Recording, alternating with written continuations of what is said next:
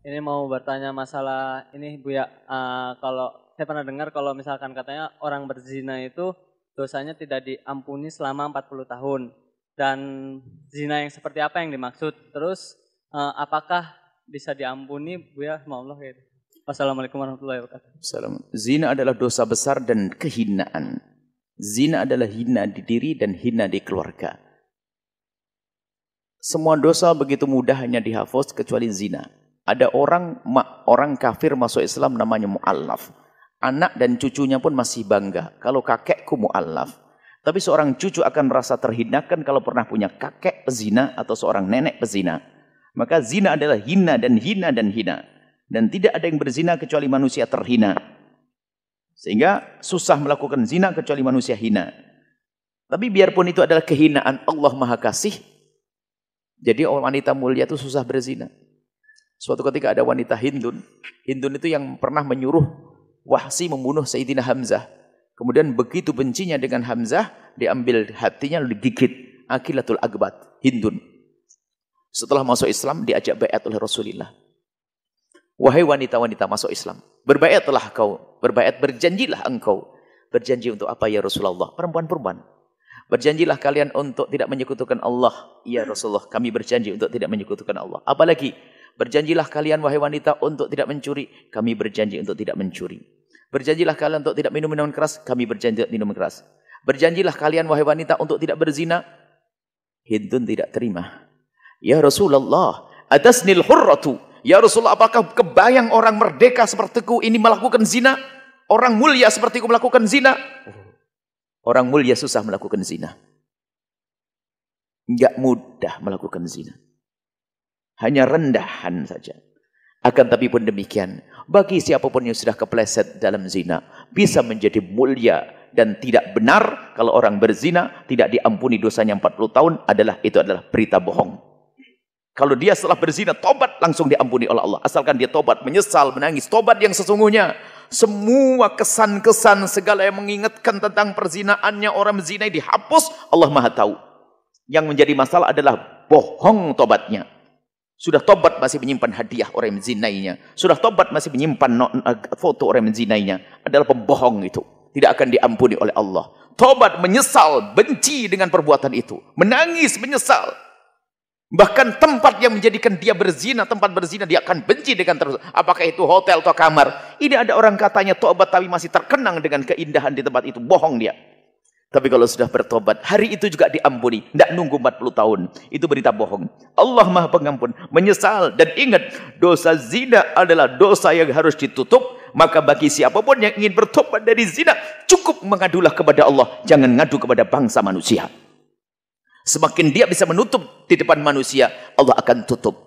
Cukup dia menangis di hadapan Allah. Enggak perlu bercerita kepada siapapun. Seorang wanita pun yang mau menikah, mungkin dia punya masa lalu kelam mau berzina, telah berzina, tidak perlu bercerita kepada laki-laki yang akan menikahinya. Seorang laki-laki pun tidak perlu bercerita kepada wanita yang akan dinikahinya. Cukup Allah yang tahu. Hanya banyak wanita bodoh. Dia punya masa lalu kelam, bertobat, sudah benar karena dia jarang ngaji. Di saat dilamar oleh seorang laki-laki, dia jujur-jujur, polos-polosan. Akhirnya enggak jadi dinikahi. Sebab perzinaan tidak boleh ceritakan. Tutup antara engkau dengan Allah saja. Ngadu.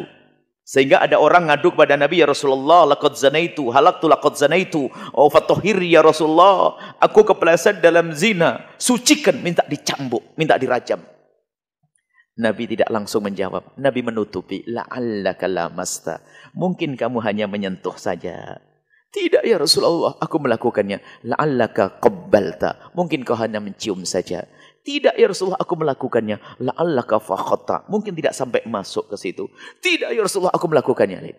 Sehingga para ulama bersepakat bahasanya tidak dianjurkan orang bertobat dari zina untuk ngadu ke mahkamah hakim. Tolong rajam saya, cambuk saya. Tidak dianjurkan. Akan tapi kenapa? Itu ada sangkut pautnya dengan nama baik keluarga. Kemudian dia akan direndahkan. Susah baginya untuk berkumpul dengan orang baik karena sudah dicap zina. Dulu pernah dirajam dan sebagainya. Atau dulu pernah dicambuk dan sebagainya.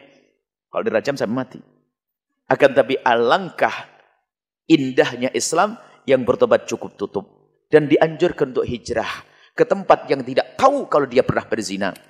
ke masyarakat yang tidak mengenal dia berzina, sehingga dia di sana tampil sebagai seorang yang soleh, seorang wanita yang solehah, urusannya dengan Allah Subhanahu wa taala. Maka hanya orang bodoh yang bercerita tentang perzinaannya. Semoga Allah mengampuni kita semuanya. Bohong, bahkan tidak benar riwayat hadis orang berzina tidak akan sampai 7 keturunan. Bohong, hadis palsu. Enggak ada itu, hadis palsu. Anaknya bersih suci kok disalah-salahin. Anaknya seorang pezina bisa menjadi waliullah. Jadi ini yang menjadi masalah, kadang-kadang berita-berita palsu seperti itu dihembuskan maksudnya untuk nakut-nakuti orang berzina. Tapi kalau namanya palsu ya palsu, bohong ya bohong, nggak boleh, haram, dosa menyebarkannya. Semoga Allah mengampuni kita semua dan menjauhkan kita dari zina. Dan awas, jangan sekali-kali Anda berani membicarakan orang yang berzina. Kalau Anda tidak ingin keluarga Anda tertimpa musibah yang serupa. Kalau Anda mungkin Anda punya kawan dekat dan dia bercerita tentang perzinaannya, Anda tutup. Bahkan Anda pun tidak boleh cerita kepada istri Anda. Karena apa? Pribadi. Mungkin dia telanjur curhat kepada Anda. Anda seajari dia, tutup. Jangan cerita ke siapapun. Dan Anda pun amanat tidak boleh cerita kepada siapapun. Kalau Anda membongkar aibnya orang tersebut, Allah akan bongkar aib Anda. Bahkan sebagian riwayat, tidak ada orang yang membuka aibnya seseorang kecuali dia tidak akan mati kecuali diuji dengan aib yang serupa. Hati-hati urusan perzinaannya. Sekarang ada orang yang sambil ngaji menggunjing pezina tetangganya tadi. Na'udzubillah, jaga mulut Anda, jangan menceritakan orang yang berzina. Bahkan berusahalah Anda untuk sedih. Kalau Anda mendengar tetangga melakukan zina, panjatkan doa. Ya Allah, ampuni dia, tutup aibnya ya Allah. Bukan untuk Anda gunjing.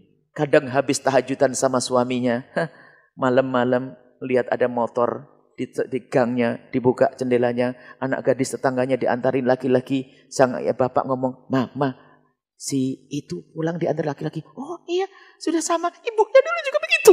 Tahajudan menggunjing orang. Na'udzubillah, hati-hati, ahli ibadah, tidak pakai ilmu, neraka juga itu nanti. Semoga Allah mengampuni kita semua, menjauhkan dari zina. Yang pernah kepleset dalam zina, memang zina adalah hina dan hina, maka karena zina hina dan hina, ayo entaskan diri Anda. Yang pernah kepleset dalam zina, tutup aib Anda, minta ampun kepada Allah. Hijrahlah kepada tempat yang mulia. Allah Maha Pengampun. Kalau sudah Allah mengampuni, beres semuanya. Tidak akan diungkap lagi itu kisah perzinaan di akhirat. Kalau seorang hamba itu tobat, Allah